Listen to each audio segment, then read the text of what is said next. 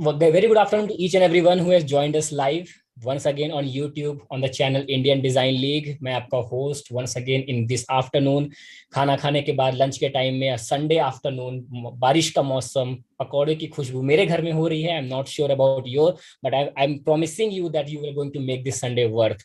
So my name is Amritansh Tiwari and we are on Indian Design League channel YouTube, जहाँ पे today we have with us Pratna ma'am, the principal interior designer of Inspiration, the Design Avenue. Your design speaks tales of lobby design, ceilings, drawing rooms, windows, pantries, and likewise. You make decor look like a piece of cake. An interior decorator and designer who gets inspired, and today you are with us to inspire all of us in next 1.5 hour, 1 hour, 2 hour, whatever time you want to take. So we are very glad and we are thankful that you took time out of your busy schedule to join us. The stage is all yours, ma'am. Thank you so much, Amritanshu. And I am overwhelmed to be on this platform again. It's so much pleasure to be with students and with the energetic crowd. So good afternoon, all the students. I hope this session enthralls you all. So I think the topic for today is factors that influence design. Okay, so let's put in a question. What is design? So design has become a fetish, a charm, a fancy. And we as designers, we as in me and you, the future designers, play a major role in contributing towards the positivity in design.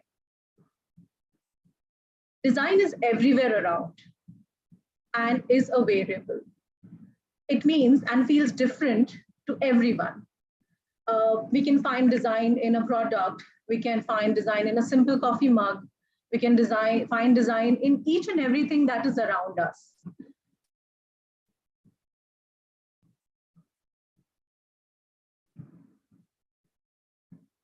Design is perceived so distinctively by you, the person sitting next to you, the person sitting in front of you, or rather at the back of you. Each one has a different perception of it.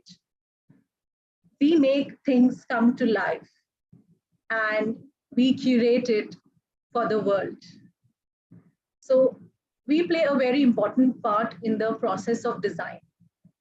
Everyone wants to be a designer, but not everyone can. You need to bleed for it. Yeah, you've heard me right. You need to bleed for it. It's not an easy task. It seems easy, but it isn't. A good designer, as per my understanding, understands people as design comes from people. We are designing spaces for the end person, which is a person, like a people, right?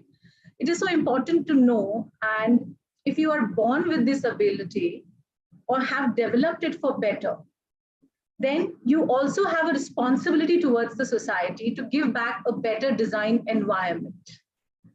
I want to take you through this video.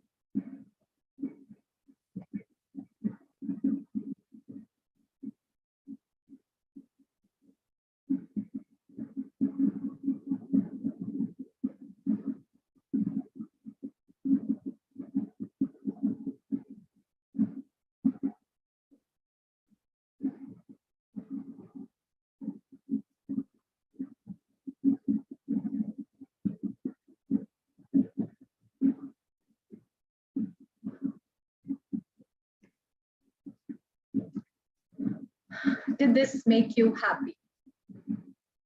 When I first watched this video, I really could feel the space, the span, the forms, and everything connected to it.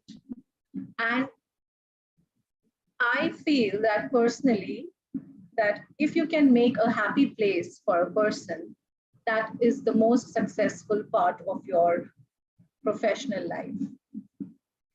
So going ahead, nature is the major source of inspiration of all designs, be it the seas, the oceans, the mountains, the barren lands, the creatures walking, anything, each and every single element has something to offer for design.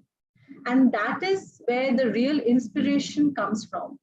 And we also have to give it a thought that if such vastness with such vibrant colors, patterns, and spans can give us happiness, can't we pick up some of the features and elements and create happy places, vibrant places, contentful places for a living for us? These are few references for from the nature part.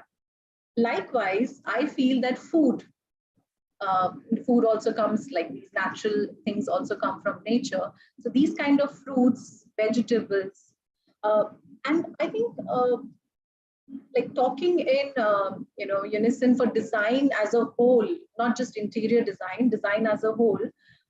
I've seen like students at the fashion fraternity taking inspiration from these as well. They can be used in the patterns of the prints of clothing, the kind of the formation of a drape, or likewise, like a peel, a fruit peel is kind of an inspiration for major of people when they start off in designing. So little things, I think they add up, and how you get inspired and how you use them takes your design ahead.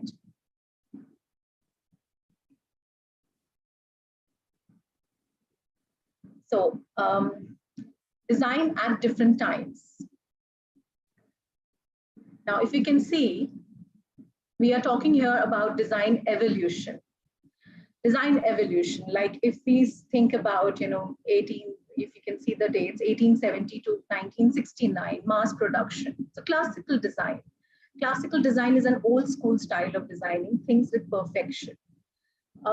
When actually the designing, the concept of, creating houses and those things, the basic things, when they started getting developed into larger scale establishments and things, then the kind of design that got intrusion into the design field was termed as a classical design. Like that was picked up from, a basic one zone. Like this zone used to have the similar kind of buildings or the interior or the architecture, or the design as a complete. Then moving ahead, we have this design thinking, which was an internet bubble wherein we started connecting to different parts of the places of the country where you can take inspiration from. And that's how the design, I would say the design scenario started changing and evolving. So this was a major part of the process of design evolution. I would also say that because we started combining and we started thinking about design in a different way, giving it a very creative approach, mixing of trends, mixing of classical designs, wherein we saw a mixing of materials. Like a lot of shuffling happened during this time period, which was 1995 to 2001, and then came in the 21st century, which gave us a different platform altogether for the design purposes, wherein we are now exposed to so much, and I think each and every part of the design evolution helps us to kind of we still do the classical design, and we still do the mixing of design, and So it is such a nice combination, and I would say opportunity we have, that we can actually mix up and create something nice. But then definitely this is a part of the design evolution that I wanted to put forth in front of you, that we have been into the classical design phase where we were just zoned out, into one segment.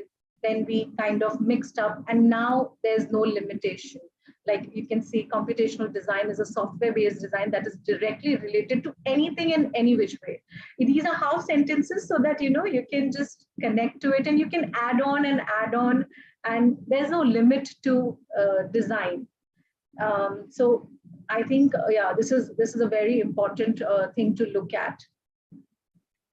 One of the most important phases of product design is actually done before the design process even starts. Now, product here, the word product here is referred to a design output.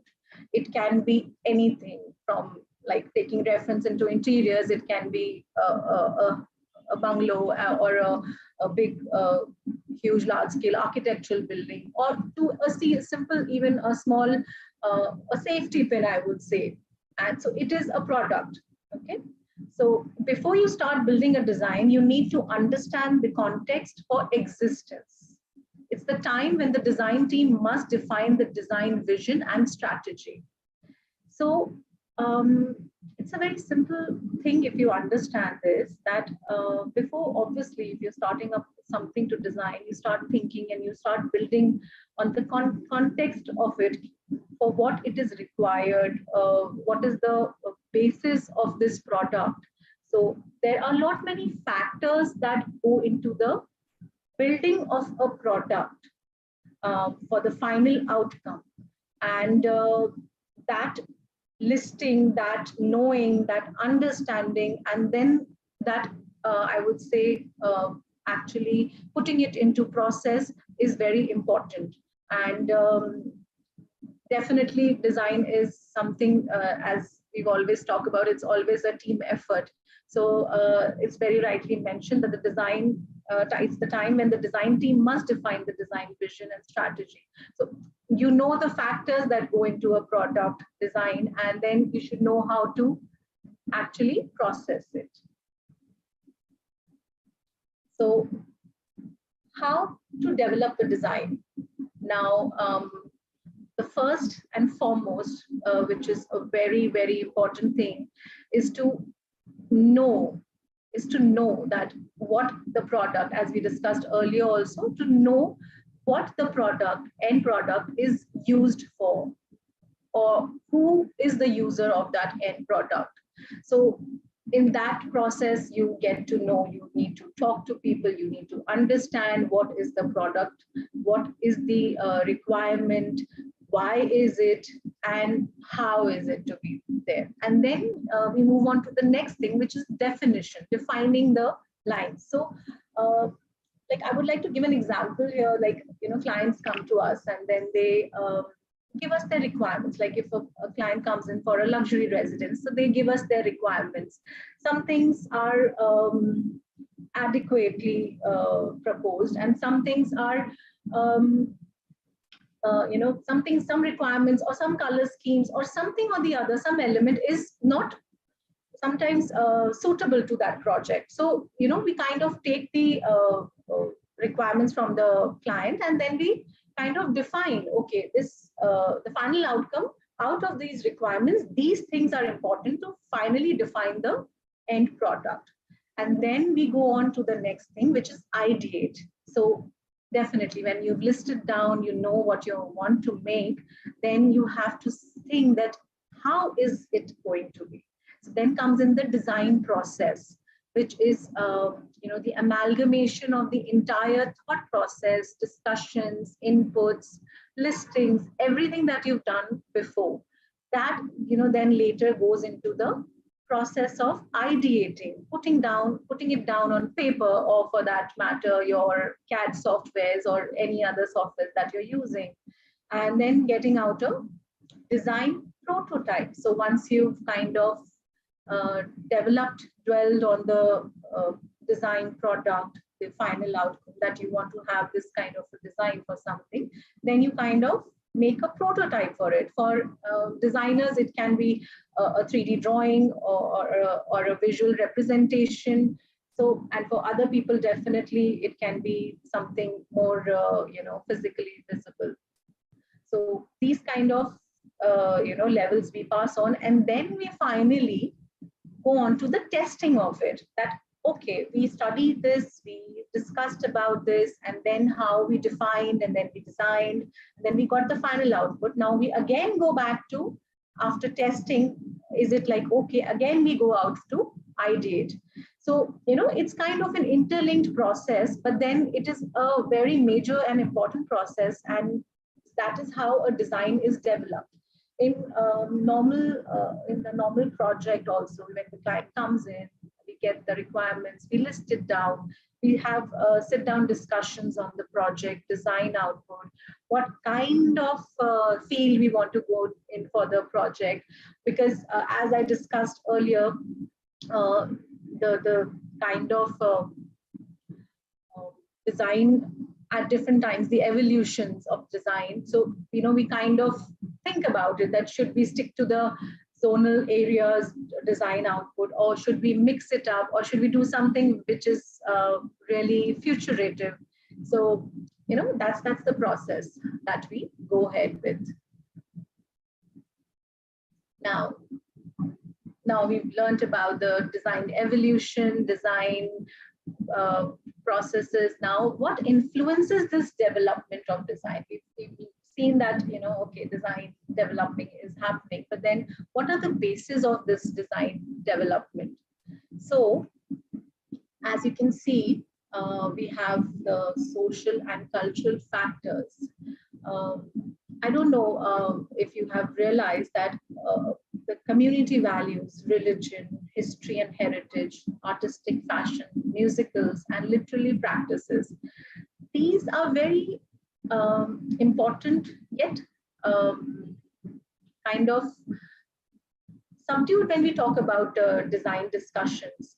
But in the end, it plays a very major role, very, very major role in the output of a design.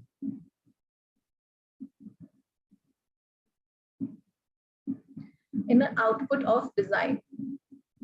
So community values, when we talk about the cultures, we talk about different religions, we talk about our history and heritage. So these things have few elements and beliefs which definitely kind of affect our design output. For that matter, like if you are designing a building or an interior in Jaipur, now hearing Jaipur, what comes into your mind?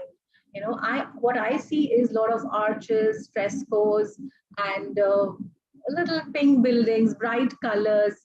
That's what comes to my mind. So, that is where the heritage and the classical designing comes in.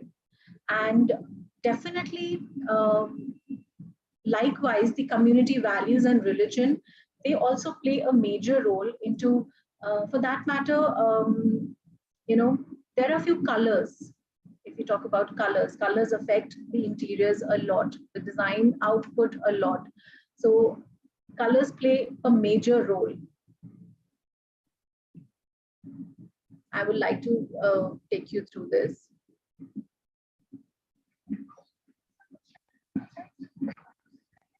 Beliefs and traditions that characterizes a group of people and distinguishes them from other groups. Culture can be a source of both inspiration and constraint.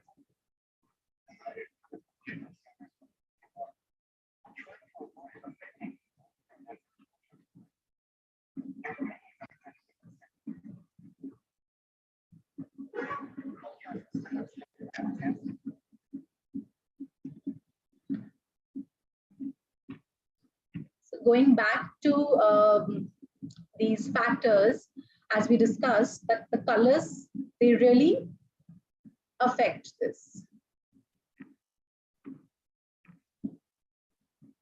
Now moving on,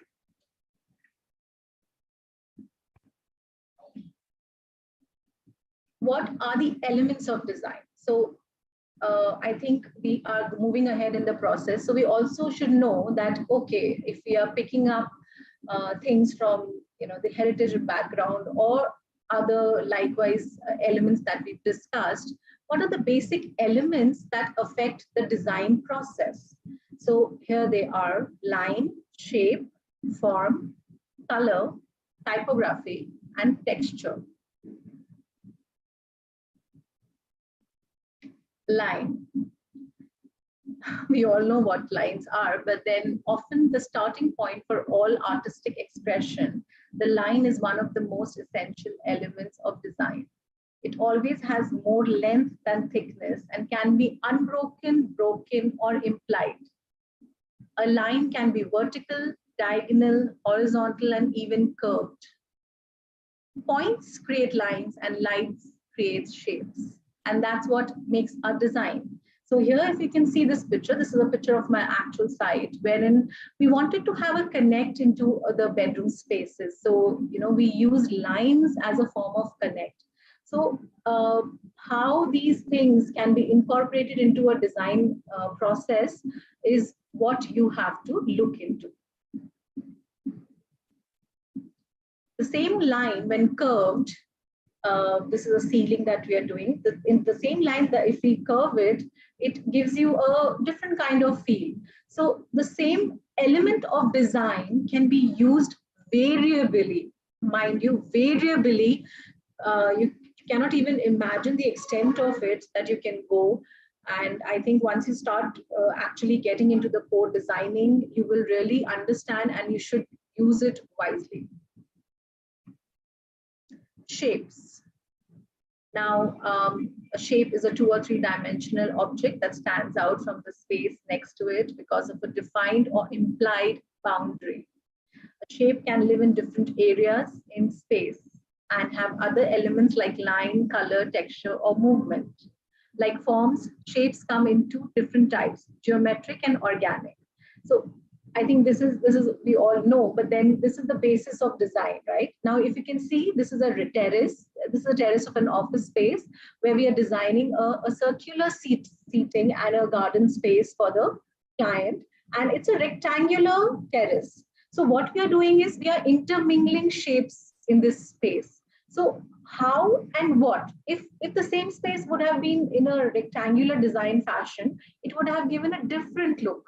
And now that we've incorporated a curvature into it, it's giving a different feel. So I'll definitely share the pictures later when it gets developed further. But yeah, that's how it's going ahead. Form. Now we're using lines, we're using shapes. So it is creating a form. Now earlier you saw that the lines were in a space. It was a part of an element. The form was a part of an element. Now we come into form. We are actually having a form being created with the use of lines and shapes. So if you can see this canopy, these are individual canopies being created with the use of lines being dipped. So, kind of combination and how you develop a form. And I think lines, shapes reach to a form, and then form becomes a major element also of a space. So that's how it goes ahead. In here, I would like to go back. In here, you see this canopy is a freestanding form. It is creating a block, a space for you. That form is giving you a complete space. So when it has a table, a dining table inside. So when you're sitting inside the canopy, it is giving you that spatial feel of, composition. The same way, a form, if you can see on the left side, there is a railing which is, protruding down and forming a planter. So here, so if you can see that, that form is creating a spatial element. It is giving the double height space a different kind of connected form. Likewise, if you see the right side of the element, which is just a decorative form. So, we are seeing different characters of a form itself that forms into design, and then it creates a better space. Color, definitely we all know that, the color palette, the kind of mood. We also use colors to express our daily moods, right, in dressing. And so color is a very strong expression in design. And not necessarily bold colors, but then if you can see this picture, it's just black and white with a little light to it, and it creates a bold feature in a space. Moving on to the next slide, this is also a formation of color. So if you can see the white and black, the kind of feel it gives, and then you move into a gray and blue and black. So it's not something that is very colorful, but then the input of strong colors and the way the colors can be used to express how and what, and it changes the feel of the space. The same space with a different color, a lighter tone, or a different color combination will give you a completely different output. Typography. I've realized that very few people give importance to this. We design a space, and then we don't kind of consider how the space is being represented. You are designing a space, so you know the concepts and the kind of connect and feel that you have with the space. So as a designer, what we do here is we also kind of give names to the places that we design, and we also try to come up with the logo and the kind of the vibe that we want we have in the space to reflect in the name and the representation of it. So here, if you can see, the porch level 1 is a rooftop restaurant that we've done, and we designed this nameplate for them, and the design of the space is a representation of the outdoors. So that is why we've used rugged wood, and we've used the different kind of font that we've that could connect to the outdoors. Now, if you can see, these are yet to be actually done on site. These are proposals. So one restaurant we are doing, which is Utsaha. So we've used mustard and greens, it's a peppiness into it, and then we've kind of increased the height of the edge, and to have that that the edge of feeling of that happiness that we want to give it to the client when they enter, the customers when they enter that space. Likewise, if you see Urban.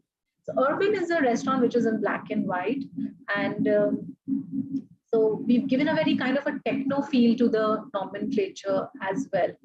So these things communicate when you look at the name or the branding for that matter, or for the representation that I'm saying. It connects. It is a communication. It is the cover of the book that the customer or the person who's going to walk inside. This I'm talking about the commercial part of it, but in residences also, when we design the elevations, when we do the outdoors and the inners, some connect has to be there, and definitely that reflection of the inside out should always be there. Texture. Now, like color, definitely texture is also very important. The right texture with the right color is going to give you the best output. So if here you can see, we have had this apartment that we did. So if you can see, we've used a very grainy marble on the floor, white marble. And then we have this gray concrete texture on the wall. And then we've used black in layerings on the ceiling with diffuse light. So, you can see three textures here. One is a marble texture, which is not rough to feel, but soft. And then the wall texture, which is a little coarse. You can actually feel the coarseness of the texture. And then you have the black polish, which is very smooth. So color and texture has been represented in this place very beautifully. Just in front of that gray textured wall, you can see a little brownish copperish unit, which also has a dual tone of texture of materials. So how to use and how to blend and then put it into your projects definitely gives you that extra edge above the others. That is very, very important.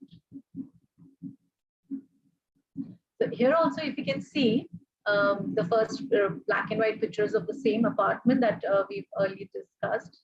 And so you can see the same marble, then you have a wallpaper. So this is all is visual texture. You know, textures can be divided into two parts, which is visual and which can be felt. So if you have a rough texture, then that you can feel. But then these kind of wallpapers and marble finishes and the textured laminates that you see are just for visual texture appeal. So these kind of spaces can be differentiated and incorporated, and it definitely gives a extra, character to the space. Now, coming to the core factors of influence design. That's being the main topic that we wanted to discuss today, but then we had to go through the basics to reach to the final input of it. So what are the factors that influence design? Materials and finishes, purpose, function and context, human-centered design, innovation and creativity, visual, tactile and aesthetic, technology, sustainability, economics. So we'll be going through all the topics one by one, and we'll be discussing ahead. Now, here we're discussing about materials and finishes. As earlier we spoke about elements of design, in which we just learned about textures and the colors, how they play a role. So here you can see a mood board, and this is an actual mood board for my ongoing project of a bar lounge. So what we are doing here is, if you can see the floor combination, we've given the sofa, we've given the artwork kind of feel, and then we've been using some gold to it. It has a very, very classical feel to it. So materials, colors, and all the elements that we, discussed about form the factors that influence design. So material and finish definitely changes the entire scheme and the appeal of the space. So a little change in color, for that matter, if I change the sofa fabric from red to somewhere, maybe you say aqua, so aquamarine color, which is very trending. So the entire feel of the space is going to change. Likewise, if you can see the kind of lights that we've incorporated, the moment we add a little modern light to it, the feel of the space will again change. So use of proper materials and finishes, be it residential, commercial, hospitality, any kind of project, or for that matter, any kind of other design as well. If other design professionals, students are also there, you can definitely turn around the same design concept with the change of materials and finishes. And it really connects. The kind of colors and materials we use can actually change the mood of the person or the people, using that space.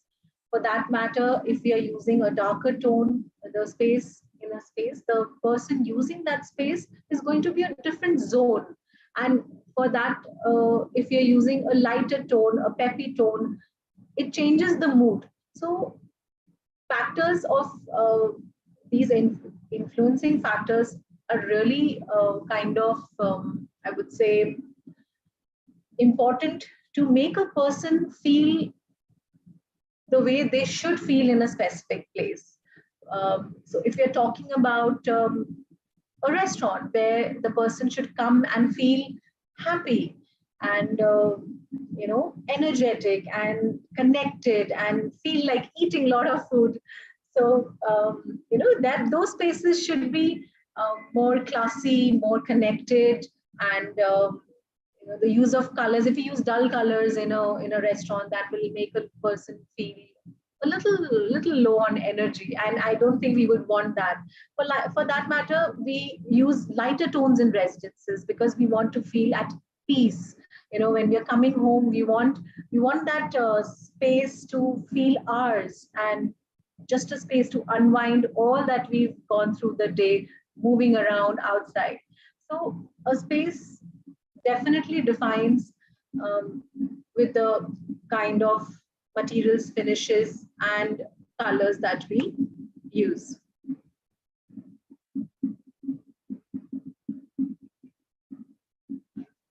Purpose, function, and context.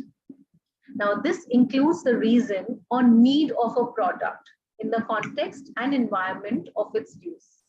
This includes its operation, performance, reliability, and quality. The primary and secondary functions and features that supports its use are considered. So I think we have been discussing this in little here and there, that the purpose for what the product, the function of the product, and the context of the product. These things are really, really, really important, and they play a major and vital role in the actual outcome of the product. And when the purpose is defined, when the function is defined, and why and what are sorted, then only we are able to use the materials and textures as per the product expectation or the requirement. So the purpose, how do you define a purpose? So the simple thing and the formula is to know the requirements of the client, the customer, the end user.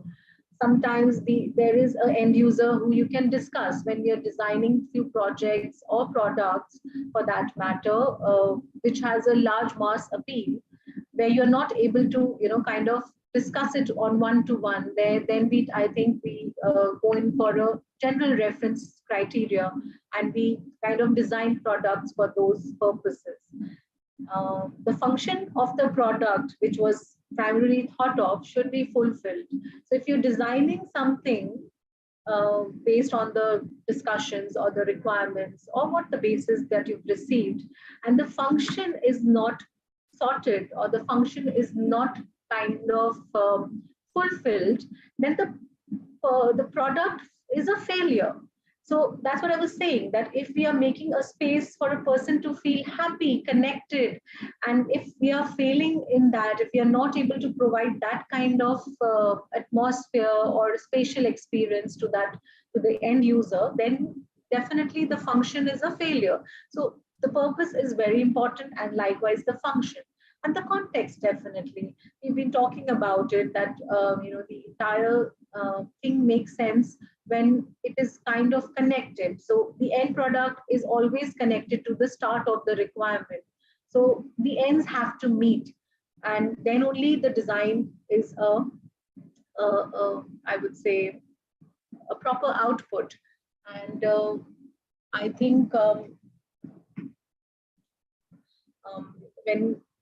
when clients come to us, and we are able to kind of give them and satisfy their needs, their requirements of a space, that is very satisfying as a professional also. So a lot of documentation, lot of research, lot of experience, lot of referencing goes into this process. It's not just that you're listening and then you're making, because there are so many things which are changing, as we discussed about the design changes, that the computation is coming in. We are exposed to kind of the social media, you are traveling, you are looking at so much stuff, everything is changing, the materials are changing, the usability is changing. So it involves a lot of documentation and research. So whenever we also get a project or a design requirement, we kind of sit through it, we take out references, we have design discussions. So our entire team sits onto it, we kind of make presentations, then definitely we are also evolving all the time. So, you know, we go through these kind of processes to reach the final outcome. And it doesn't stop there. We again have to go back and forth to do the same thing, because sometimes it is ourselves that we are evolving and, you know, judging ourselves. And so we go to some line of action, and then again we go back to do much better for ourselves as design outputs. So there's a lot of discussion. So it's very important to actually, you know, connect to your end user, for us, the client, and to have that understanding of the process, which is really, really, really important. Human-centered design. So we have been talking tips and bits here. It is all a compilation of everything that we've discussed. So human problems or needs identified to improve well-being and quality of life, cultural and religious considerations, age, economic status, emotional and sensory appeal, universal design, social and physical needs, fashion and trends are considered in response to these needs. Safety, accessibility, comfort, ergonomics, anthropometric data may also need consideration. So, like I spoke on the earlier slide, that you need to think about it. You need to learn. You need to take referencing. You need to discuss. You need to do data collection, and then definitely compiling everything, you know, gives you a go ahead on it. So, as we discussed earlier, that we are all different from each other, and hence our requirements. And culture is a major part of design, which sometimes we don't even realize. Broadly speaking, culture is a set of shared attitude, values, behaviors, and beliefs. You know, we spoke about it, right? Because that really determines the kind of design output we are looking at. And traditions that categorizes a group of people and distinguishes them from the other groups. Culture, though, can be a source of inspiration and constraint both. We've talked about colors, so, you know, I would like to be more specific here, because we are talking about now human-centered design. So if we take a color red, right? So a red color represents love and purity in India. You know, when we talk about love, we think red. When we talk about you know, good auspicious things, marriage, for that matter, we do some worshipping. We connect it with the red color, but danger and passion is what is red connected to in the Western culture. Likewise, China terms it as a good luck. So, you know, Indian China thing. So good luck sign in China. And South Africa, where it's, you know, always a little trouble space, the red is considered and connected to the color of mourning and death, which is very sad. So just imagine the diversity that we are living in, that the same color, a simple thing as color, can be differently perceived in different parts of the world, and so drastically different. So the same color is happy for us, and the same color is sad for a person. So, you know, we really don't realize that these things affect us. In India, we always think about red, and we always, you know, put in red to brighten up the space. So when we start studying about these trends and about these characteristics, that what a color or what this trend or what this social character really means, you know, we'll be able to do a better design. For discussing ahead, I think arches are also a big palette of discussion, because there are various number of arch designs, and arches mean different to different social societies, I would say, and they also are a part of different eras. So a simple arch, a tapered arch, a round arch, a stepped arch. There are so many arches, and then they have different eras and connects. Some arches are relevant to in the Mughal architecture, if you connect. Some arches are relevant to happy spaces, and some arches are relevant to, you know, the tombs or the maqbaras of people. So when we start studying about these things, then only we get to understand that how, what, and where to be incorporated. Likewise, the kind of interiors that we are doing now, where we are wanting to connect with the nature. So what we do here, we connect with the nature by using natural products in the design elements, in the design spaces. The picture here that you are seeing is a picture of my actual site, and it's an entry to a banquet space, which is a human-centered space. So here we wanted to create that grandeur feel that when a person is entering into this banquet space, the steps, it's a complete stepped entrance, and you can see two big walls on the sides with empty frames just framing on the walls, and then you have these chandeliers which are actually dropping down quite low to, you know, give you the feel of the space.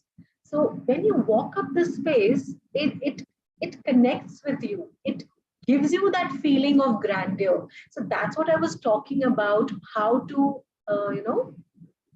kind of connect design elements, design factors, and how to create spaces which are actually relevant to the need of the end user.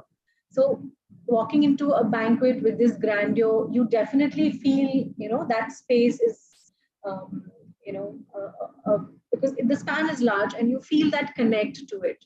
So that is what was achieved here. So yeah. The second, like this is another picture of a pool that we've done. So it is also human centric, and the spaces, the kind of appeal, the kind of feel that you want to have here. It's a day picture, pool sides. This place looks definitely more amazing in the evening as well. I don't have those pictures as of now. So these spaces are also, you know, human-centric spaces where people want to get into the pool. They want to enjoy the spaces with nature around. So how do you, mold the spaces? What kind of characters do you incorporate? So this is a setup in a remote area. So we didn't want to incorporate a lot of bright color, polished material. So whatever you can see here is, earthy material base, giving that connect to the social space, the surrounding space of the project. So when you enter here, you're not, kind of in a shock that you've entered something different. So the design should also be human-centric and merged, kind of complementing the surrounding that you are having. It really makes a huge difference to the design output. If you have, just imagine if you have a nice arched, a nice intricate, ancestral building with a lot of frescoes and a lot of columns, and then suddenly you have a tall building standing next to it, which is full of ACP and glass facades.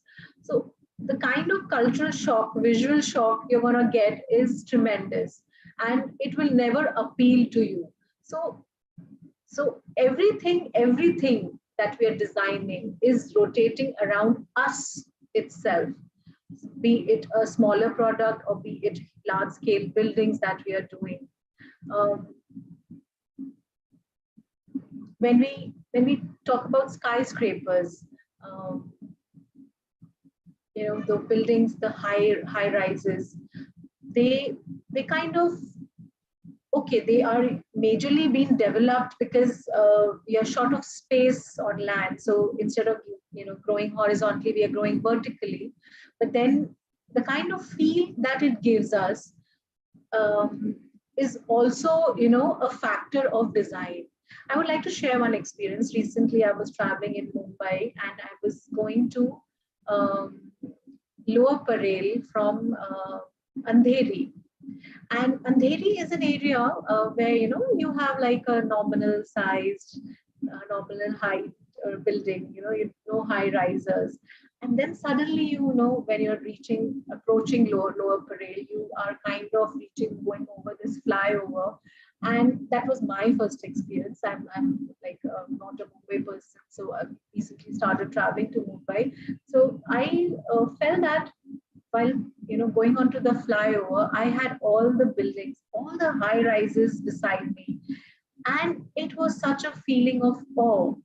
So just imagine in the middle of that high-rise setup, if we have a shorter building, flatter building, it will spoil the space, it will spoil the visual appeal, and it will also not be as attractive as it could have been if it would have been a high riser in the middle of an high riser, definitely with its own characters.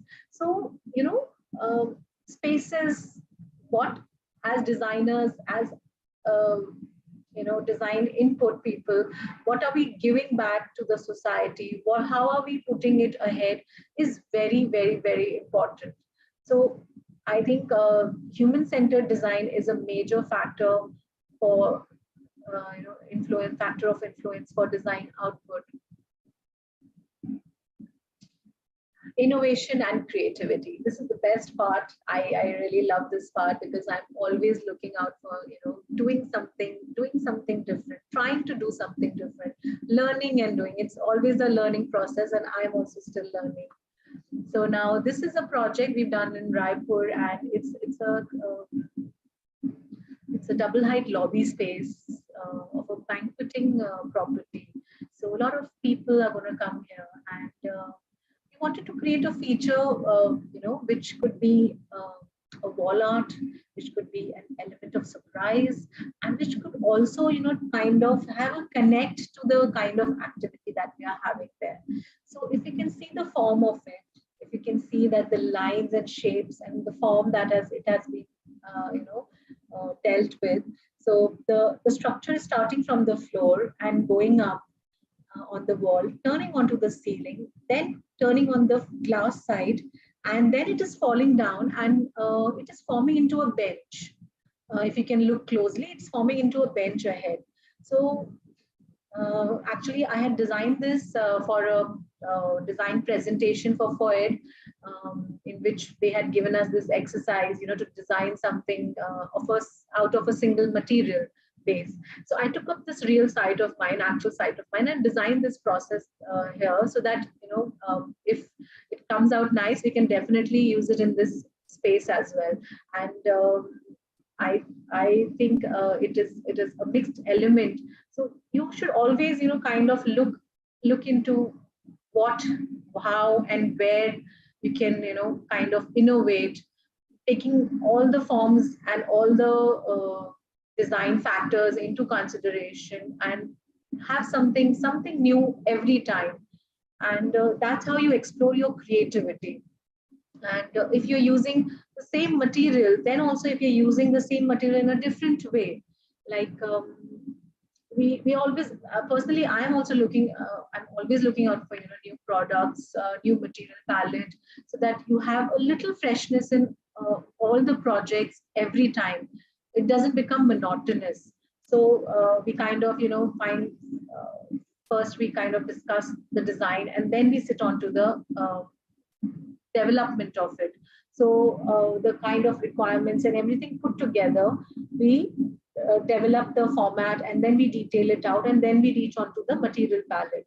So as this is rightly said, that innovation requires a creative approach to develop new or improved solutions to unsolved problems or opportunities. But then who creates these opportunities? We create our opportunities. The client is coming to us for something fresh. So it is up to us, it is our responsibility actually to, give them something fresh every time that a client walks in. So we have to be in that zone of being creative and always innovating something, looking out for something new, fresh, appealing, and offer that back to the society or the client. And definitely it is a tedious process that you follow, but then it is manageable if you really know what, how, and from where. So design development and kind of innovating it is also a very important part of the project that we are doing.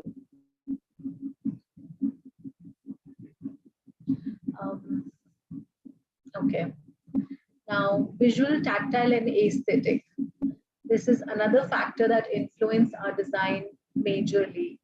And if you have been hearing, these factors, they connect to each other. None of them is separate. None of them is going to be very different. So all is interweaved. They all are interweaved, and they all play a very, very, very important role in the design outcome. So these factors relate to the product's form, appearance, and feel.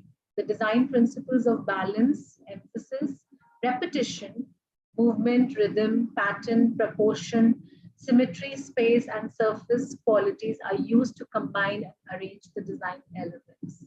So we are creating spaces, as we discussed textures also. So we kind of don't highlight the entire space in a segment or a room or a property or whatever you're designing. So you're always highlighting one element with some or the other material or form or color. So in this picture, if you see, it's a simple kitchen dado that we've done, which has a basic plain beige color tile, and then these are handmade tiles of mustard and white.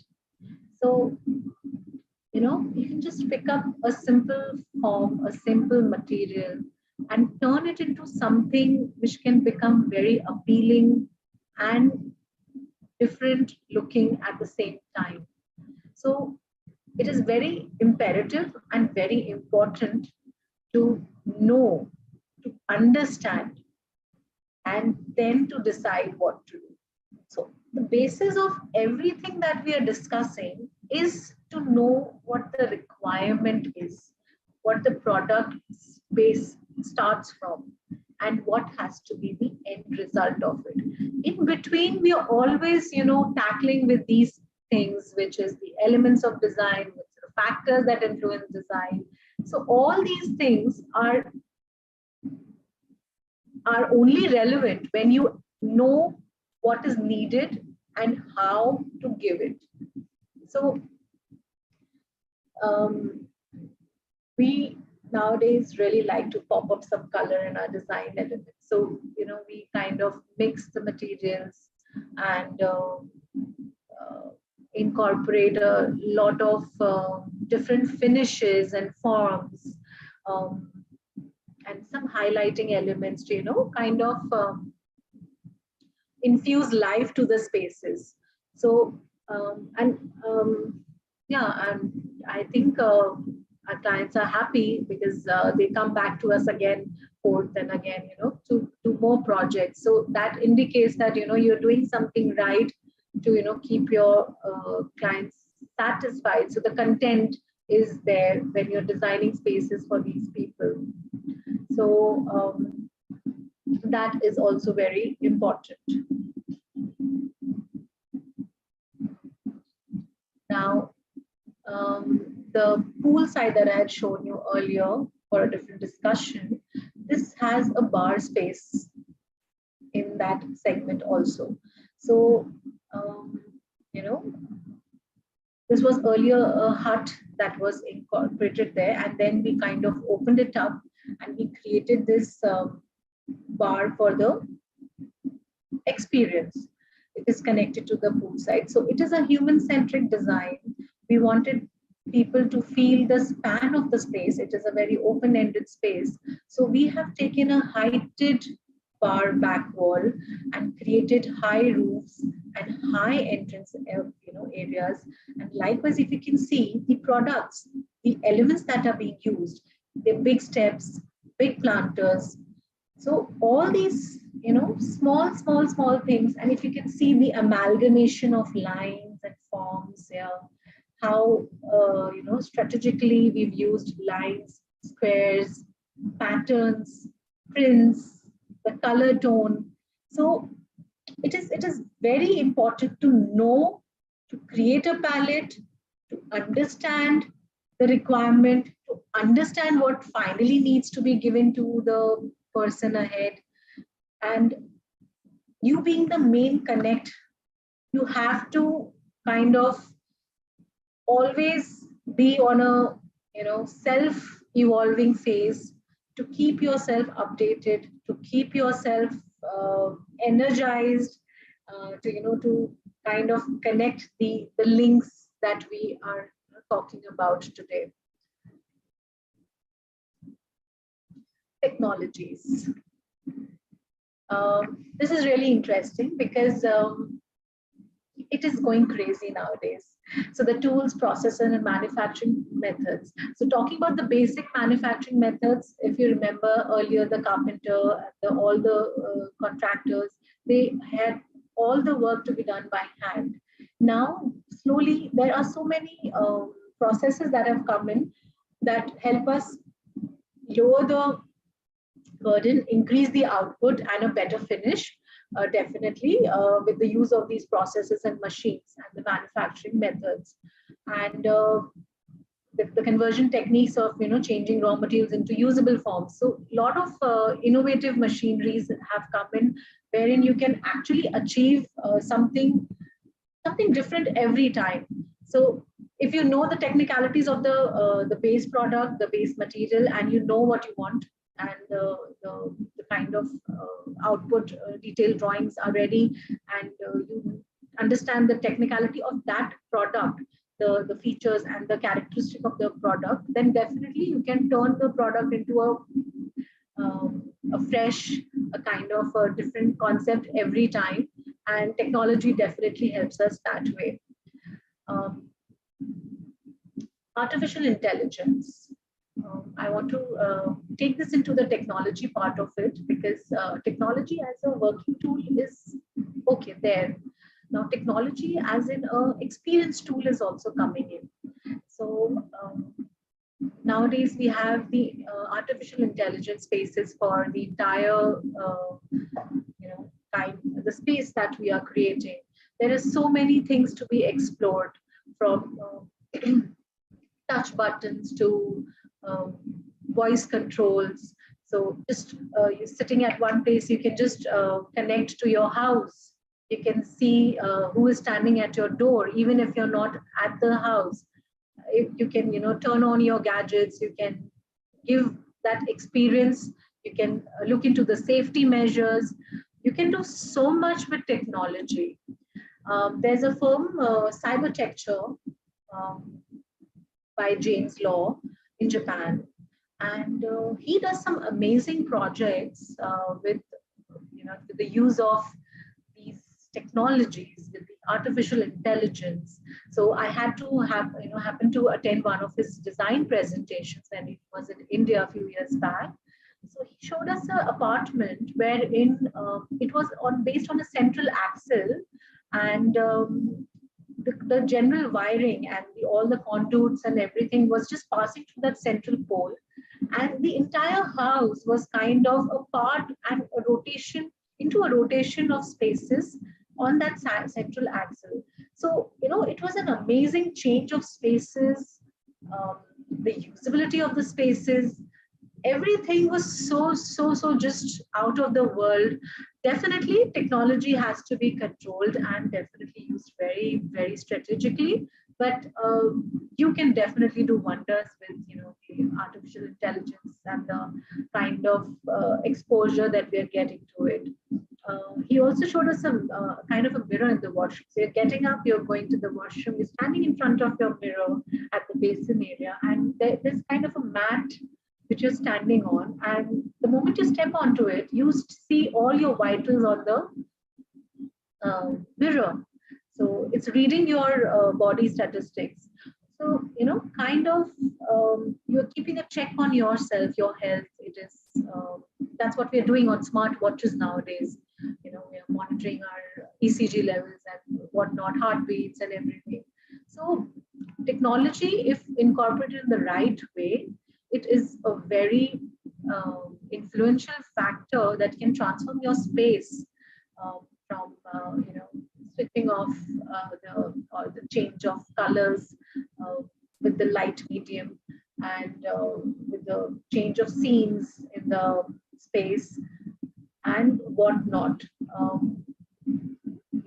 Everything is just on a touch of the button, and I think we are well versed with now sitting in one space and using gadgets and having the world in our palm, and we can connect to everything. So that is how we can connect spaces also, and have a better monitored, better accessible, better surfaced lifestyle, I would say.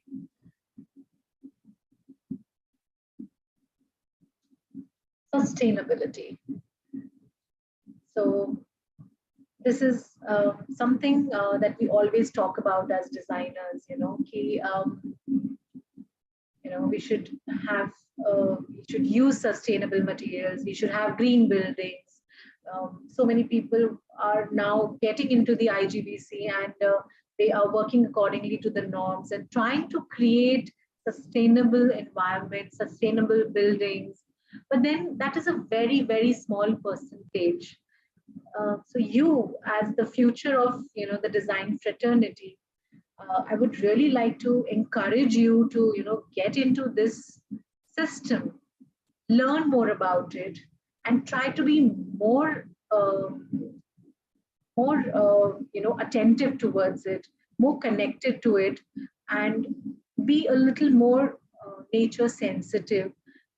There are n number of materials and which are sustainable and which can actually give us a more kind of a sustainable living, which is not disturbing the environment. And definitely, I also feel this, that demand generates need.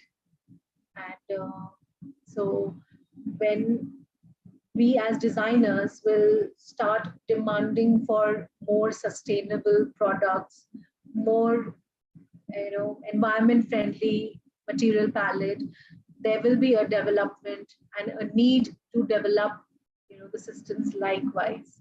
So it's a cycle. So maybe I leave you with that thought that you should kind of look into it, study more about it. There are so many interactive courses, there are recommendations, and you should kind of, when you're starting your practice, when you're getting into the field, you should actually keep this in the back of your mind majorly wherever possible, and kind of develop your line of practice in such a way, because that is the way forward to taking care of our environment and our social economic fraternity. Economics. So now talking about everything backwards, everything boils down to economics. That is the time and cost that goes into the project. So this becomes the defining factor that influences a project.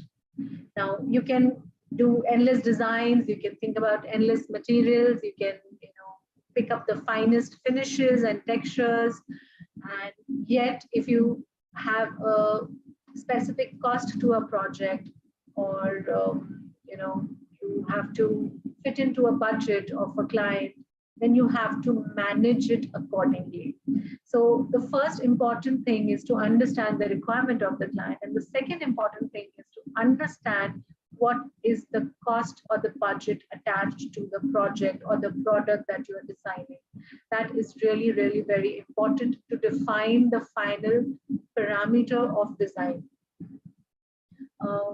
There are times when clients also come to us with a very minor, meager budget, but the project sizing and the requirement is extensive. So as designers, it is our responsibility to know that this kind of a project will demand this kind of an input in a costing factor. So likewise, if you know it, you'll be able to suggest the client or the end customer that this product or project will not be possible in this kind of a budget. So, we can kind of convince the client, or we can kind of, have a discussion, or partition the work, or span it out. There are so many ways to do it, but understanding the cost at the start of the project is very important, because otherwise you lose track of it, and then it can land you in a mess. So it is always very important to know the costing of a project beforehand.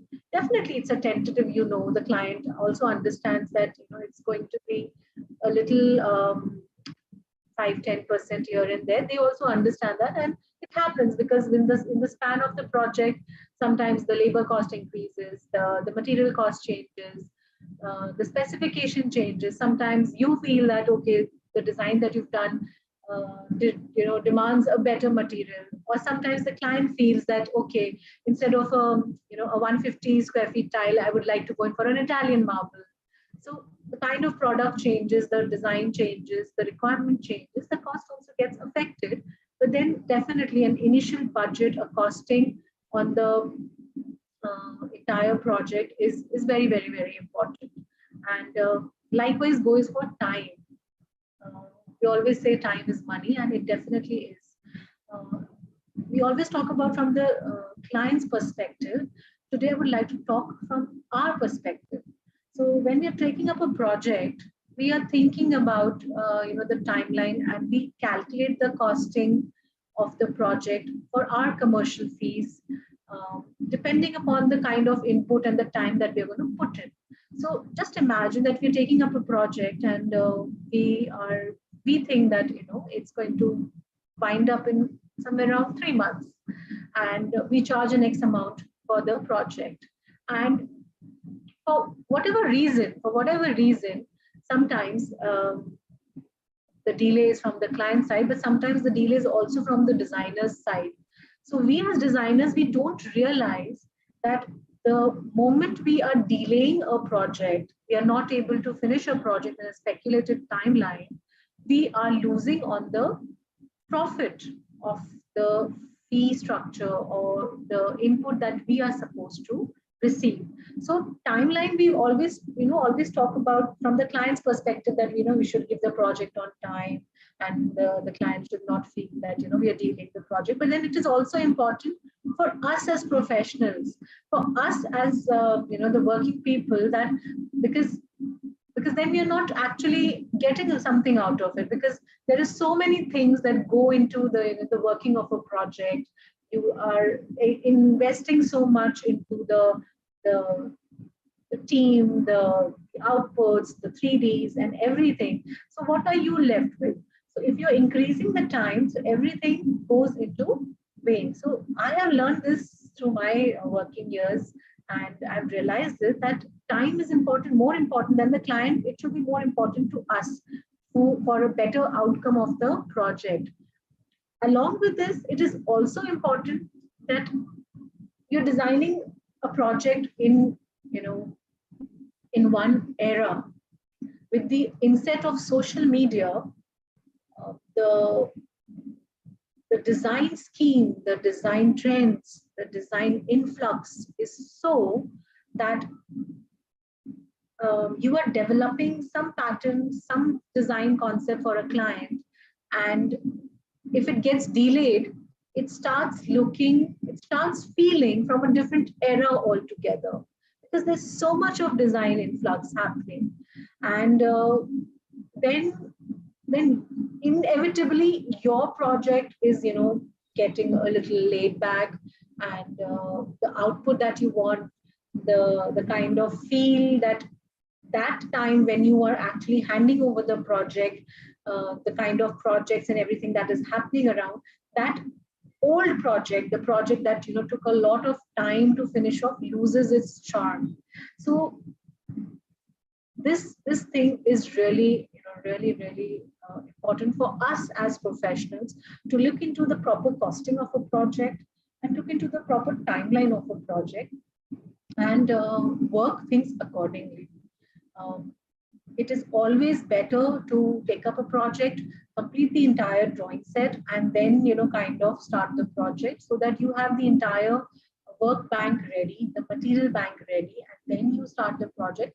And then the hardships of the starting the site and finishing it off on time is a little easier on you.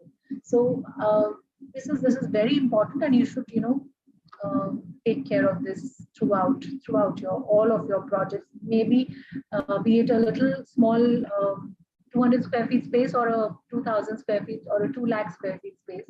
We should always keep these things into account. So if you are able to deliver a design that makes people happy and content, then you are a successful designer. And remember this forever: you are the main connect between the design factors and the final outcome. So always choose wisely. All these factors, all these elements, all the design discussion that we had today is only possible if you, as the connect between the client, the end user, and these elements and all the design discussions, all the design bases, the connect is you. And if you understand, if you communicate, if you deliver, if you do all the processes in sync with each other, it's the best way to go ahead. Thank you.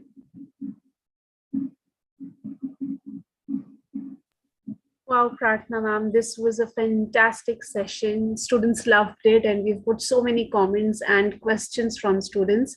And we would love to have you back regarding the same and get in touch with our students. Thank you so much. This was a beautiful way of spending a Sunday afternoon. Too much productive, and this has given us a good enthusiasm to kickstart our new week with the knowledge that you've shared. Thank you so much for your time. Thank you so much, all the students who joined us, all the people who are watching us YouTube live. Thank you so much, ma'am. Thank you. Thank you.